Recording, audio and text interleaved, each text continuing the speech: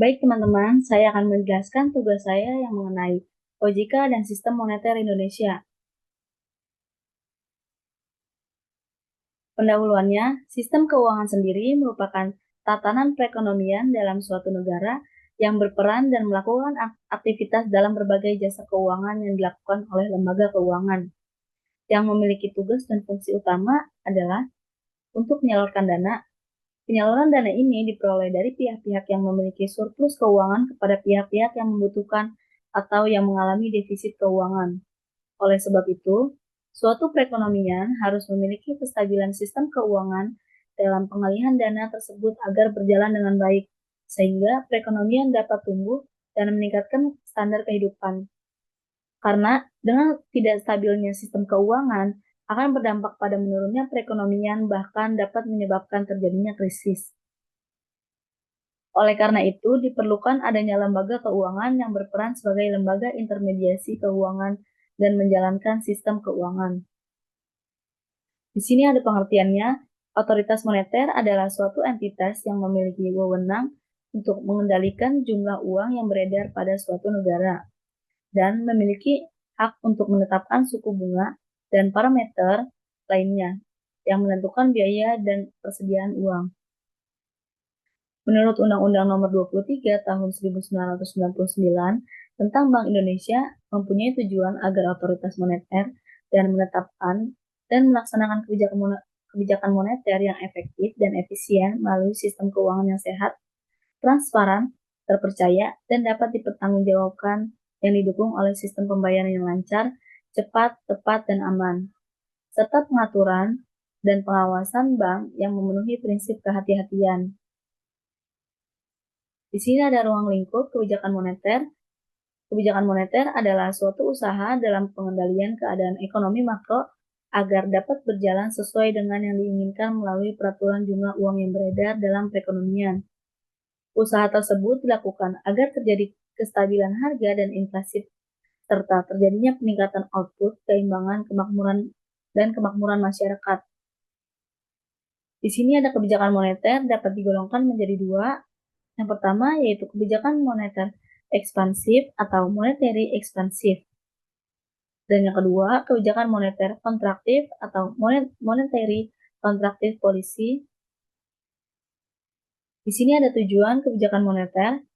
Banyak yang mempertimbangkan stabilitas harga sebagai tujuan yang paling utama di negara yang sedang berkembang, karena di negara berkembang banyak mengalami inflasi dan juga dirasakan bahwa kebijakan moneter lebih efektif dalam menghadapi inflasi dibandingkan dengan kebijakan fiskal. Tingkat jumlah uang yang beredar harus dapat mengimbangi pertumbuhan ekonominya untuk menghindari deflasi. Dengan demikian, dapat diharapkan bahwa kebijakan moneter dapat memperlancar jalannya pertumbuhan ekonomi dalam mencapai tingkat yang lebih tinggi. Prinsip-prinsip kebijakan moneter di sini sering digunakan sebagai acuan dalam menentukan kebijakan moneter khususnya di negara-negara berkembang adalah sebagai berikut.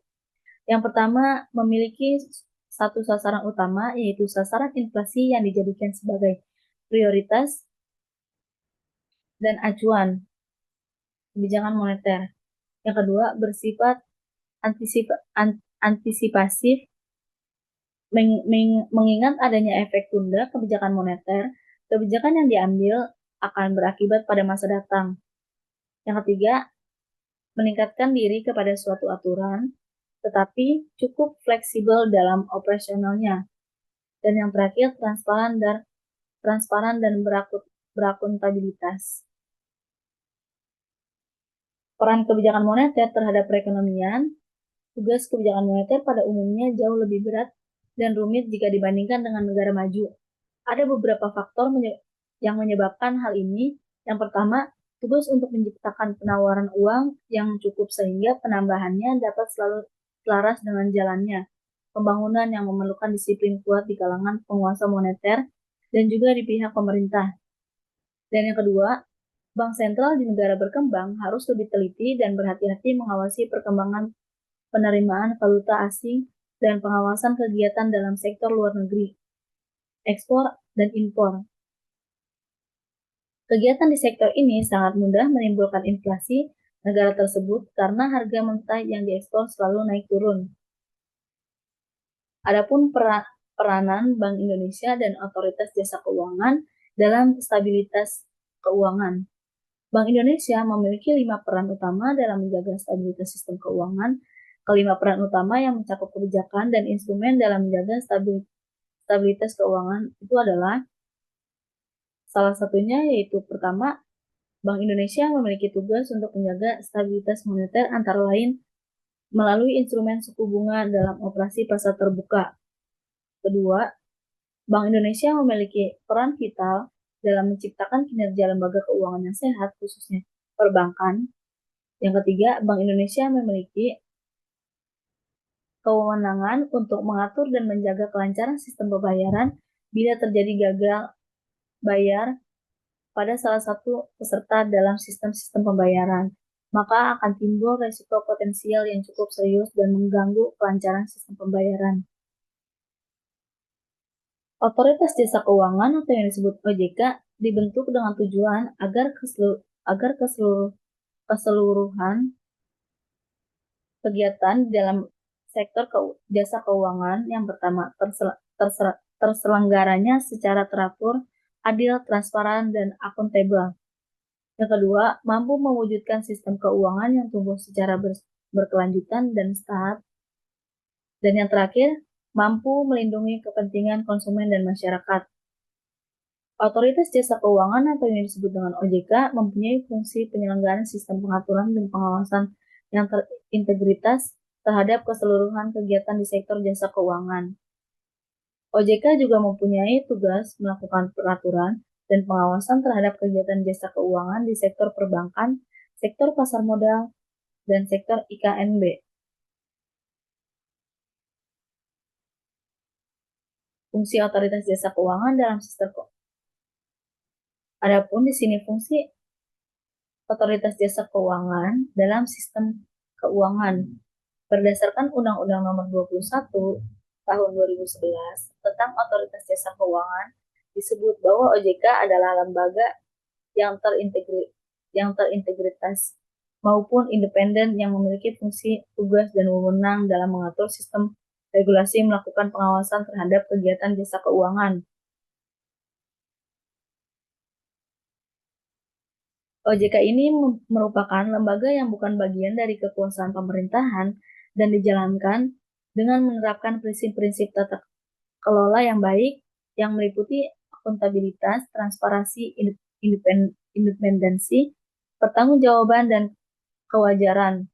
Tujuan dibentuknya OJK ini adalah untuk memenuhi dan melindungi kebutuhan dan kepentingan masyarakat,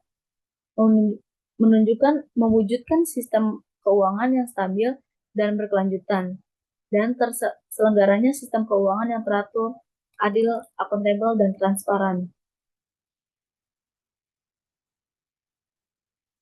Sedangkan OJK merupakan lembaga yang melakukan tugas peraturan dan pengawasan terhadap kegiatan-kegiatan. Yang pertama ada kegiatan jasa keuangan di sektor perbankan, yang kedua kegiatan jasa keuangan di sektor pasar modal, dan yang terakhir kegiatan jasa keuangan di sektor perasuransian, dana pensiun, dan lembaga pembiayaan dan lembaga jasa keuangan lainnya.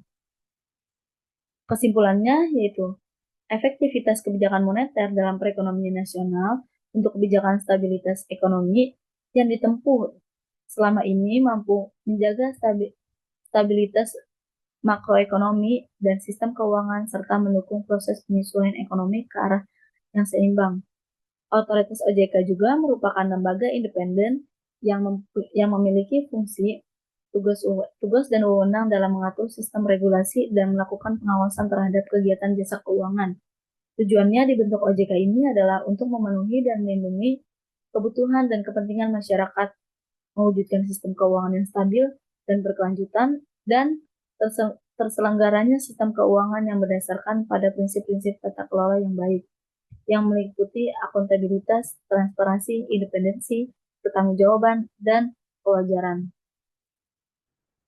Mungkin sekian penjelasannya, kurang lebihnya mohon dimaafkan. Wassalamualaikum warahmatullahi wabarakatuh.